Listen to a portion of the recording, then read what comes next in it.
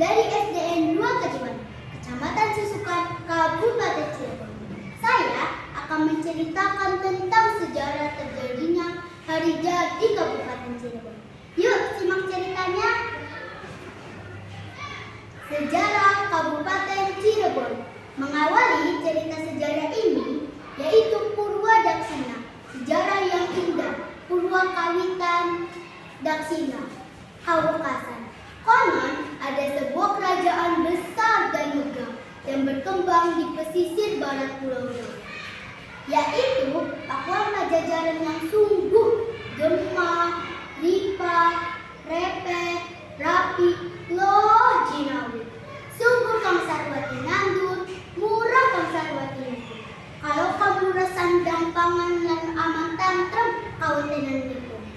Yang artinya tanahnya indah, hasil panennya melimpah, sejahtera, hasil panennya murah, mencukupi kebutuhan sehari-hari, aman dan damai. Rajanya adalah Raja Dewata yang bergelar Raja Agung, yang memiliki kemampuan di atas rata-rata raja yang lain. Juga kesatian mandraguna, pendiriannya kuat, kebal terhadap senjata tajam. Ia dihormati, dimuliakan, dipuji oleh rakyat, dan ditakuti oleh musuh-musuhnya. Raja Jaya Dewata menikah dengan Nyai Subang Larang. Mereka memiliki 3 anak, 2 putra dan 1 putri. Yang sulung bernama Pangeran Walang Sungsang, Nyai Larasantang, dan Raja Semara. Konon pada tahun 1442, Pangeran Walang Sungsang dengan Nyai Endang Gelis, Putri Ki Gedeng Danuwarsi, dari pertapaan Gunung Marapi. Pangeran Walang Sungsang, Nyai Larasantang, dan istrinya Nyai Endang Gelis, mereka berguru agama Islam dari Syekh Nurjati, yang kemudian menetap di rumah Ki Gedeng Danuwarsi, yang tak lain adalah adik dari Ki Gedeng Danuwarsi. Oleh Syekh Nurjati, Pangeran Walang Sungsang diberi seorang nama baru, yaitu Somadupura, dan kemudian diutus untuk membuka hutan di pesisir tenggara Gunung Jati. Sejak saat itu berdirilah dusun Tegal Alang-alang, yang kemudian disebut Caruban. Desa ini semakin ramai dengan banyak orang datang dan tinggal di desa Caruban, terutama untuk tujuan berdagang, bertani, dan menangkap ikan. Pada tahun 1447 Masehi, Ki Danusela wafat dan digantikan oleh Pangeran Walang Sungsang sebagai Kuwu-Car Bonua yang disebut Pangeran Cakrabuana. Pangeran Walang Sungsang mendapat gelar Haji Abdullah Imam. Adiknya Nyai Larasantang juga mendapat gelar Haja Syarifah Mudaim. Selanjutnya Haja Syarifah Mudaim menikah dengan Raja Mesir Syarif Abdullah. Dari pernikahan tersebut, ia dikaruniai 2 orang putra, yakni Syarif Hidayatullah dan Syarif Nurullah. Sepulang dari tanah suci Mekah, Pangeran Cakrabuana membangun Tajuk dengan sebuah rumah dan bangunan. Kemudian berkembang menjadi Keraton Pakualaman. Disitulah tempat beliau bertahta bersama putrinya, Pakualaman.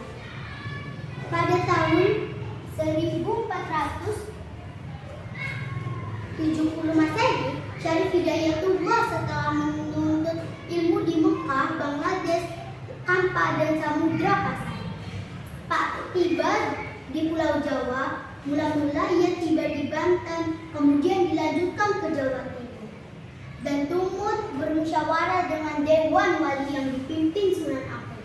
Pertemuan tersebut memutuskan sebuah lembaga yang tugas utamanya menyebarkan agama Islam di Jawa, yaitu Wali Sama. Sebagai salah satu anggota Wali Sama, Syarif Hidayatullah mengunjungi negeri Cirebon, ya dengan tujuan bertemu dengan wali Tumenggung Sri Mangana, Pangeran Walang Sungsang, untuk mengajarkan dan menyebarkan Islam di wilayah Cirebon dan sekitarnya. Kemudian dibangunlah sebuah padepokan yang disebut Pekikiran di Gunung Sembung. Pada tahun 1479 Masehi, Syarif Hidayatullah yang terkenal dengan sebutan Pangeran Sunan Gunung Jati menikah dengan Nyi Mas Pakuwati, putri Pangeran Cakrabuana dari Nyai Mas Endang Gelis. Sejak saat itu, Pangeran Syarif Hidayatullah dinobatkan sebagai Sultan Cirebon I dan kemudian bertahta di Keraton Pakuwati. Sudah menjadi kebiasaan bagi Pangeran Cakrabuana untuk memberikan penghormatan kepada kerajaan Pajajaran. Namun pada tahun 1482 Masehi, Syarif Hidayatullah dinobatkan sebagai Sultan Cirebon. Syarif Hidayatullah melakukan proklamasi kepada Raja Panggul Pajajaran, Prabu Siliwangi. Cirebon tidak akan lagi membayar upeti, pasalnya Kesultanan Cirebon sudah menjadi negara merdeka. Tak hanya itu, Syarif Hidayatullah dan Wali Songo tak henti-hentinya meminta Raja Pajajaran untuk memeluk Islam. Namun, beliau tidak setuju. Hal itulah juga yang menjadi sebab Syarif Hidayatullah menegaskan kalau Cirebon itu negara merdeka, lepas dari kekuasaan Pakuan Pajajaran. Kejadian merdekanya Kerajaan Cirebon keluar dari Kerajaan Pajajaran itu dicatat sejarah Kalua tanggal 2 Dasi Sukla Pakca Cekra Masa Sahasra Patamatung Sepakat Ikam Cakakana, bertepatan pada tanggal 12 Syawal 887 Hijrah atau 2 April 1482 Masehi, menjadi hari jadi Kabupaten Cirebon. Maka dari itu, setiap tanggal 2 April ditetapkan dan dirayakan ulang tahunnya Kabupaten Cirebon. Sekian dongeng dari saya. Saya ucapkan terima kasih dan mohon maaf apabila ada salah kata. Wassalamualaikum warahmatullahi wabarakatuh.